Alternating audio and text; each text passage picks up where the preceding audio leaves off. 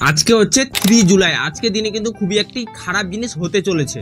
আচ্ছা, যারা মধ্যবিত্ত বা খুবই গরিব ফ্যামিলি থেকে বিলং করে যেমন আমি, কিন্তু কি এমন খারাপ জিনিস হতে চলেছে আমাদের সাথে? আমাদের যতগুলো সিম রিচার্জ ছিল, জিও হোক, এয়ারটেল হোক এবং কি আরো অন্য কোনো কোম্পানি হোক, আগে যেটা রিচার্জ ছিল 3 জুলাইয়ের পর থেকে কিন্তু 50 টাকা রিচার্জ বাড়িয়ে দেওয়া হয়েছে। 239 টাকা রিচার্জ করলে যেমন 1.5 জিবি করে পার ডে এবং কি 28 দিন আমরা পেতাম।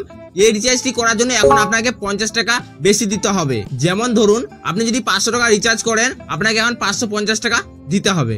আচ্ছা, যারা স্কুল বা কলেজে পড়াশোনা করে তারা কিন্তু এই 300 টাকা রিচার্জটা কিন্তু অনেক বেশি হয়ে যায়। অনেকে কিন্তু রিচার্জই করতে পারে না। যেমন আমি পড়াশোনার সাথে সাথে কিভাবে ইউটিউবে ভিডিও বানাবো সেটাই আমি এখনো বুঝে উঠতে পারছি না। আরেকটা জিনিস, 5Gও বন্ধ হতে চলেছে। কিছু কিছু সিমে শুধুমাত্র 5G চলবে। যারা পার ডে 1.5 জিবি করে পায় তারা কিন্তু 5G ব্যবহার করতে পারবে না আনলিমিটেড। এই রিচার্জটা যদি না বেশি হতো তাহলে খুবই ভালো হতো, কিন্তু আমি জানি না কি জন্য এই রিচার্জটা বাড়ানো হয়েছে। কিন্তু আপনার ব্যাপার, আপনি রিচার্জ করবেন কিনা। কিন্তু আমাদের এই স্মার্টফোনটি খুবই গুরুত্বপূর্ণ হয়ে দাঁড়িয়েছে এখনকার সময়ে। যেমন আমরা যদি লাইনের বিল না দিই, লাইট এবং কি ফ্যান চালাতে পারবো না, তেমনই এখনকার সময় আমাদের ফোনের রিচার্জ সবারই দরকার।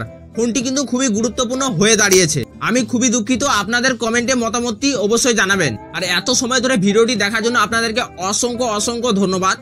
দেখা হচ্ছে আপনাদের সাথে আবার নেক্সট কোনো ভিডিওতে নতুন কোনো টপিকে।